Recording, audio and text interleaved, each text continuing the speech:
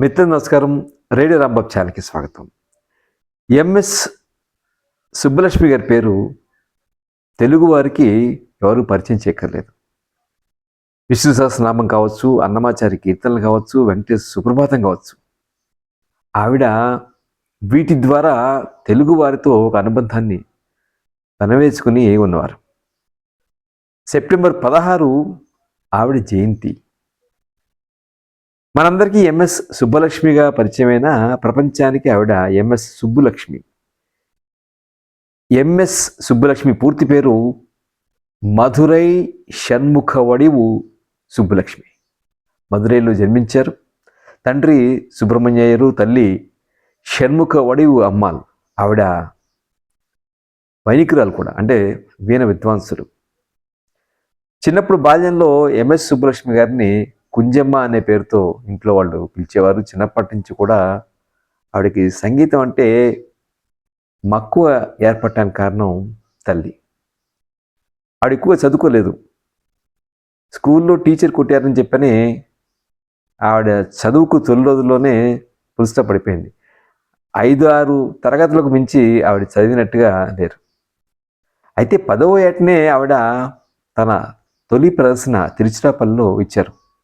చిన్నప్పటి నుంచి సంగీతం పట్ల ఒక మక్కువను తల్లిగారు ఏర్పడేలా చేశారు.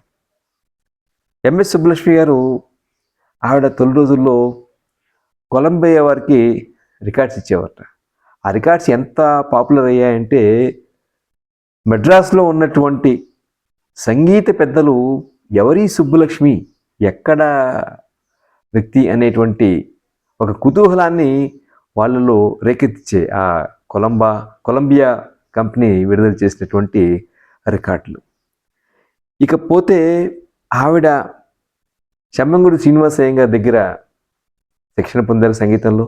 దీంతో పాటుగా అరైక్కుడి రామాంజయ్య గారు, కారైక్కుడి సాంబశివయ్యర్, ఇలాంటి వారు కూడా ఆవిడ సంగీతానికి మెరుగులు దిద్దారు.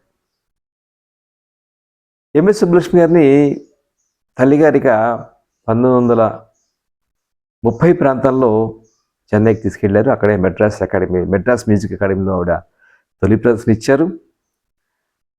ఆవిడ మెడ్రాస్ వెళ్ళటం వలన సినిమా రంగానికి కూడా ఆవిడ పరిచయం అయ్యారు.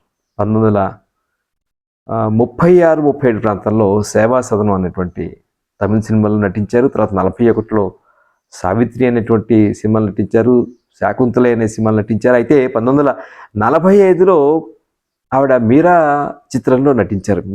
అంటే ఆవిడే గాయకురాలు, అలాగే నటి కూడా.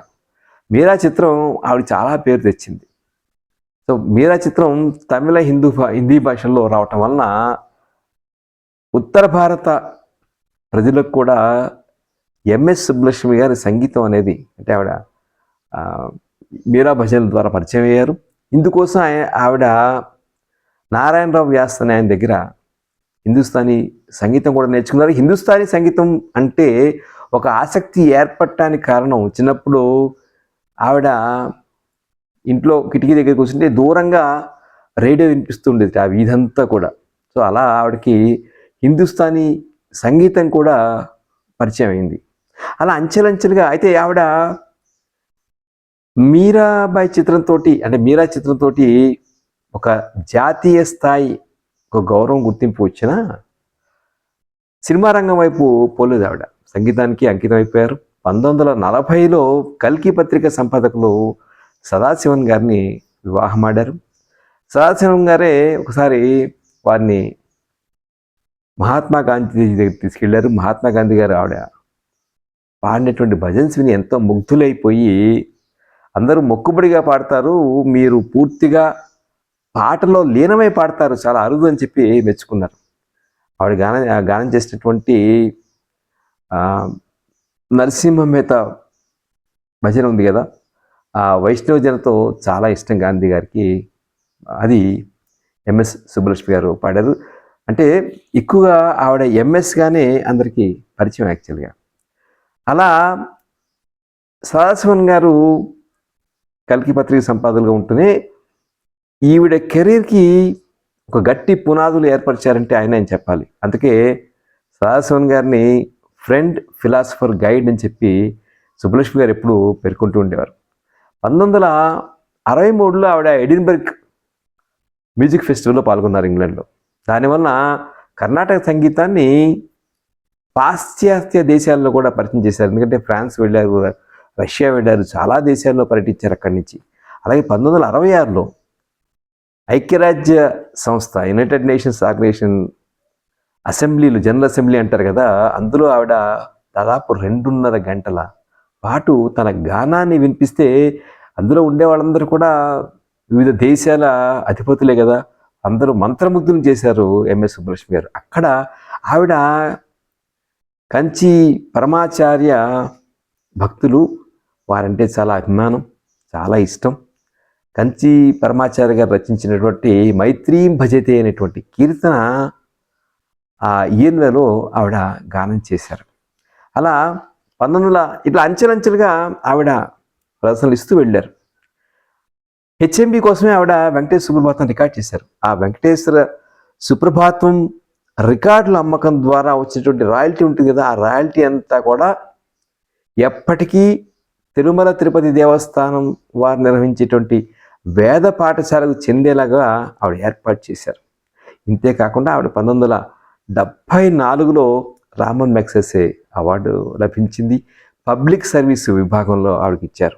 అంటే పాటతో మొత్తం ఒక ప్రపంచాన్నే ఆవిడ మైమర్పించారు అనేటువంటి ఒక గొప్ప ప్రజాసేవగా రామన్ మెగాసెసే అవార్డు కమిటీ పేర్కొంది.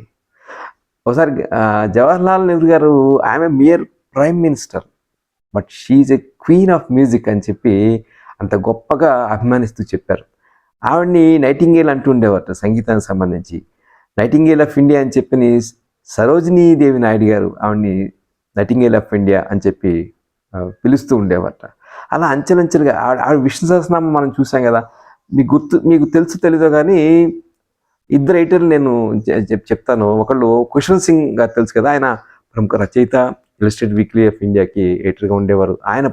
ఆయన ఎగ్నాస్ట్ అంటారు, అంటే దైవం మీద పెద్ద నమ్మకం లేదు ఆయనకి. కానీ ఆ గొంతులో ఉండేటువంటి ఒక మాధుర్యానికి పులకించిపోయిన ఆయన పొద్దున్నే లేవగానే విష్ణు సహస్రనామం ఆన్ చేసుకుని లేస్తారు. పొద్దున్నే 5ంటికి ఎప్పుడో 6ంటికి లేస్తారు. ఆయన లేచినప్పుడల్లా మొదట ఆయన చేసే పని ఆ విష్ణు సహస్రనామం సీడీనో టేప్నో సిస్టమ్ను ఆన్ చేయటం.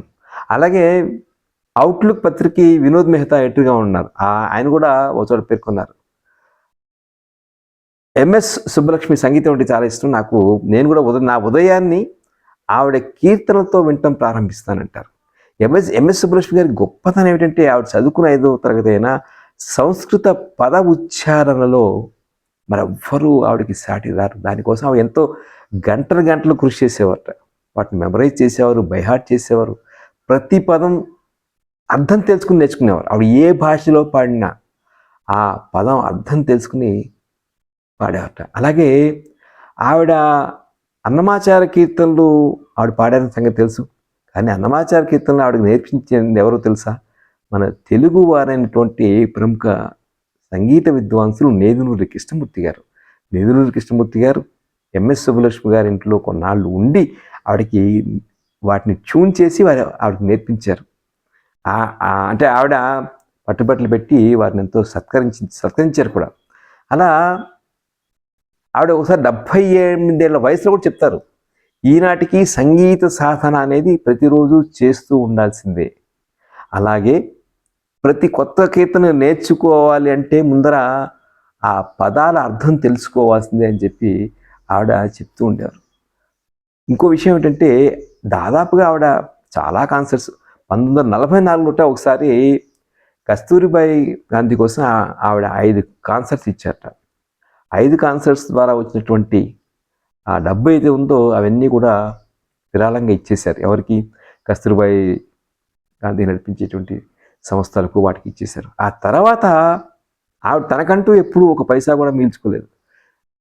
ఎక్కడ ప్రదర్శన ఇచ్చినా ఆ ప్రదర్శన ద్వారా వచ్చేటువంటి మొత్తాన్ని ఎన్జిఓస్కి ఇచ్చేవారు, లేదా ఇన్స్టిట్యూషన్స్కి ఇచ్చేవారు, ఆలయాలకు ఇచ్చేవారు.